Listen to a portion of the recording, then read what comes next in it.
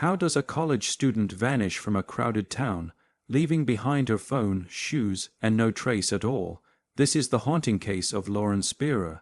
Lauren Spierer was a vibrant, intelligent 20-year-old college student at Indiana University, known for her warm personality and bright smile. She had everything to look forward to. On the night of June 3, 2011, she went out like so many other students do, bar hopping with friends, enjoying college life, and celebrating the end of finals. But by sunrise on June 4, Lauren had disappeared without a trace. Her phone, shoes, and purse were left behind. Her last known steps were captured on a security camera, and from that moment, it's like she never existed. She began her night at Kilroy's sports bar in Bloomington, Indiana.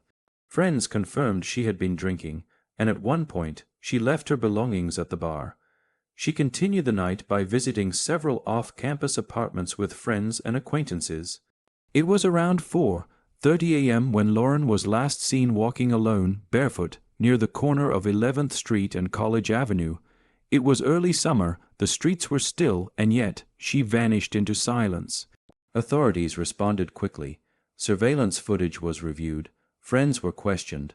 Search parties combed through nearby woods, construction sites, and creeks. Even helicopters and cadaver dogs were brought in. Despite massive efforts, no physical evidence was ever recovered. Lauren's phone had no recent activity. Her bank account remained untouched. There were no signs of a struggle and no eyewitnesses to anything suspicious. The young men she was with that night became central to the investigation. Corey Rossman and Jay Rosenbaum were two names that surfaced frequently. One claimed to have walked Lauren part of the way home. The other said he last saw her walking off into the night. But inconsistencies in their stories, legal representation from the start, and refusal to take polygraphs raised suspicions. Lauren's parents believe someone in that circle knows what really happened. The media exploded with coverage. Billboards across Indiana pleaded for help. National news networks picked up the case. Celebrities tweeted Lauren's photo. Despite the attention, every lead fell flat. At one point, remains were discovered in a nearby river, igniting hope and dread, but forensic testing ruled them unrelated. Other tips poured in, some from psychics, others anonymous, but none ever led to Lauren. Some theorized she overdosed and the people with her panicked, choosing to hide her body. Others suspected abduction, pointing to the possibility that someone picked her up off the street in the early hours. A darker theory involved trafficking, but with no witnesses, no vehicle sightings, and no trace, nothing could be proven. Lauren's parents, Robert and Charlene Spierer, never gave up.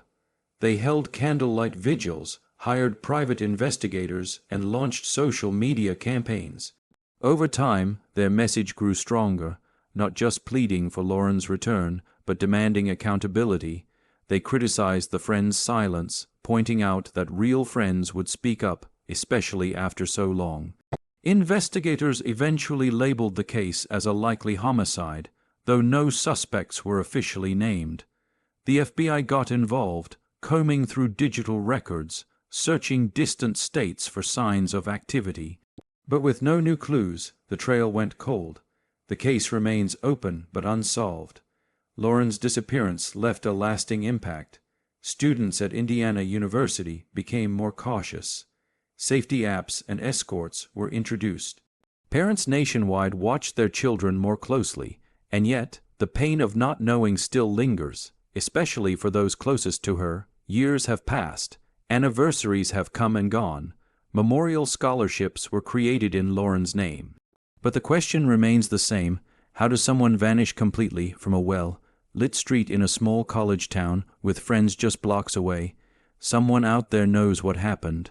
Whether it was an accident, a crime of opportunity, or a calculated cover-up, the truth is waiting. Justice does not have an expiration date. Her parents still hope that someone's conscience will finally break, that the silence will end. The disappearance of Lauren Spierer is more than a cold case. It is a wake-up call about trust, responsibility, and the fragility of safety. Her story is a haunting reminder that behind every missing person's photo is a family waiting for answers. It is up to us to keep their stories alive, so that one day the truth might finally be found.